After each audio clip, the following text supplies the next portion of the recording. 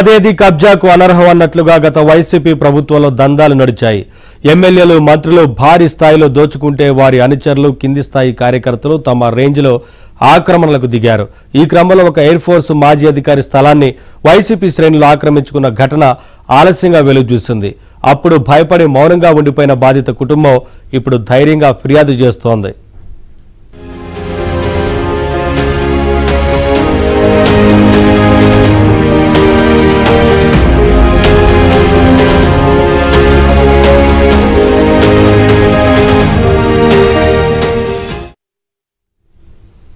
ఆయన retired air force అధికారి. విధి నిర్వహణలో భాగంగా దేశ అంతర్గత సరిహద్దు భద్రత కోసం శత్రువులతో పోరాటం చేశారు.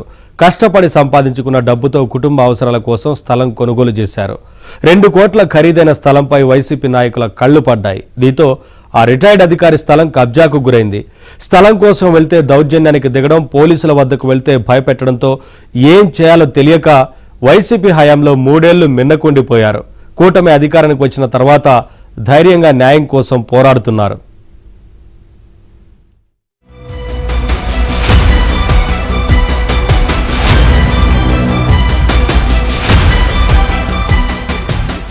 తూర్పుగోదావరి జిల్లా రాజానగరం మండలం దివాన్ చెరువుకు చెందిన కొత్తపల్లి వెంకట రామానాయుడు, సత్యవతి దంపతులకు పెద్ద కష్టం వచ్చి పడింది. వీరికి 2 కుమార్తెలు. రామానాయుడు ఇండియన్ ఎయిర్ ఫోర్స్ లో 1970 నుంచి 2008 వరకు వివిధ హోదాల్లో పనిచేసి రిటైర్ అయ్యారు.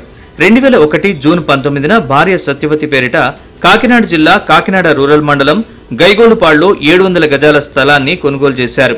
స్థలాన్ని కాకినాడ సబ్ రిజిస్ట్రార్ కార్యాలయంలో రిజిస్ట్రేషన్ చేయించుకున్నారు. 350 గజాల చొప్పున ఈ స్థలం 2 బిట్లుగా ఉంది. ఉద్యోగరీత్యా, పిల్లల చదువుల రీత్యా పలు ప్రాంతాల్లో తిరిగిన కొత్తపల్లి వెంకటరామానాయుడు కుటుంబం చివరకు రాజమహేంద్రవరంలో స్థిరపడింది.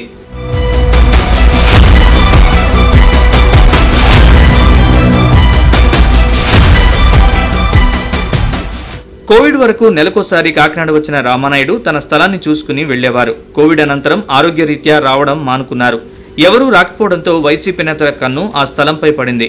యజమానులు వృద్ధులు కావడంతో ఏమీ చేయలేరన్న ధైర్యం పెరిగింది. కాకినాడ సిటీ మాజీ ఎమ్మెల్యే ద్వారంపూడి చంద్రశేఖర్ రెడ్డి అనుచరులు ఆ స్థలాన్ని కబ్జా చేసేశారు. స్థలం చుట్టూ అక్రమంగా ప్రహరీ నిర్మించి షెడ్లు వేశారు. ఇదేంటని స్థలం సొంతదారులు ప్రశ్నించేందుకు ప్రయత్నిస్తే బెదరగొట్టి పంపించేశారు. వెంకటరామానాయుడు దంపతులు పోలీసులకు ఫిర్యాదు చేసేందుకు ప్రయత్నించారు. బెదిరింపులు పెరగడంతో పోలీసులకు ఫిర్యాదు చేసేందుకు కూడా భయపడ్డారు. నా శ్రీమతి కొత్తపల్లి సత్యవతి, తన వయసు కూడా 70 సంవత్సరాలు. అప్పట్లో 2 సైట్లు కనుక్కున్నాం. కాకపోతే ఆ తర్వాత నేను ట్రాన్స్ఫర్ అయ్యి రాజస్థాన్ సూరత్ గఢ్ వెళ్ళిపోవడం, మళ్ళీ రిటైర్ అయ్యాక వచ్చి రాజమండ్రిలో సెటిల్ అవడంతో కానీ వచ్చి చూసుకునేవాళ్ళం. 2018 వరకు ఖాళీగా ఉన్నాయి, ఎంటీగా. ఈ కోవిడ్ సమయంలో ప్రతి నెల రాలేకపోయాం, చూసుకోలేకపోయాం.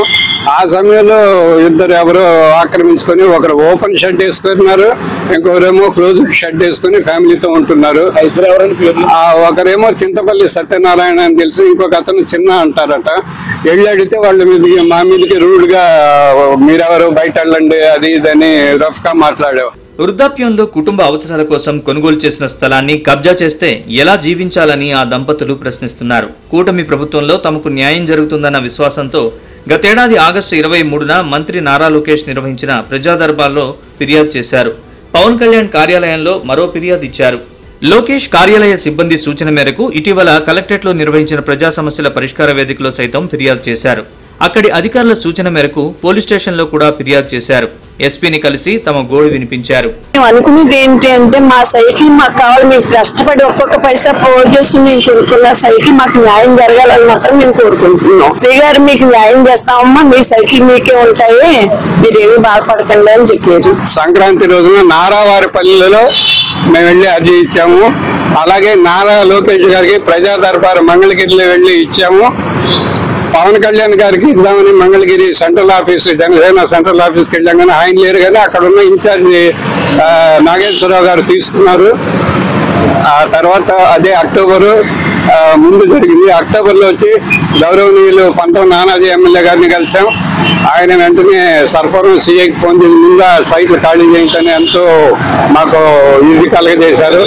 తర్వాత డిసెంబర్లో గౌరవనీయులు వనమాడి కొండబాబు గారు టీడీపీ ఎమ్మెల్యే, ఆయన్ని కలిసాం. ఆయన కూడా ఫోన్ చేశారు. కబ్జాదారులను ఖాళీ చేయించి తమ స్థలం తమకు ఇప్పించాలని ఆ దంపతులు కోరుతున్నారు. ప్రభుత్వం, పోలీసులు ఎలా స్పందిస్తారో చూడాలి.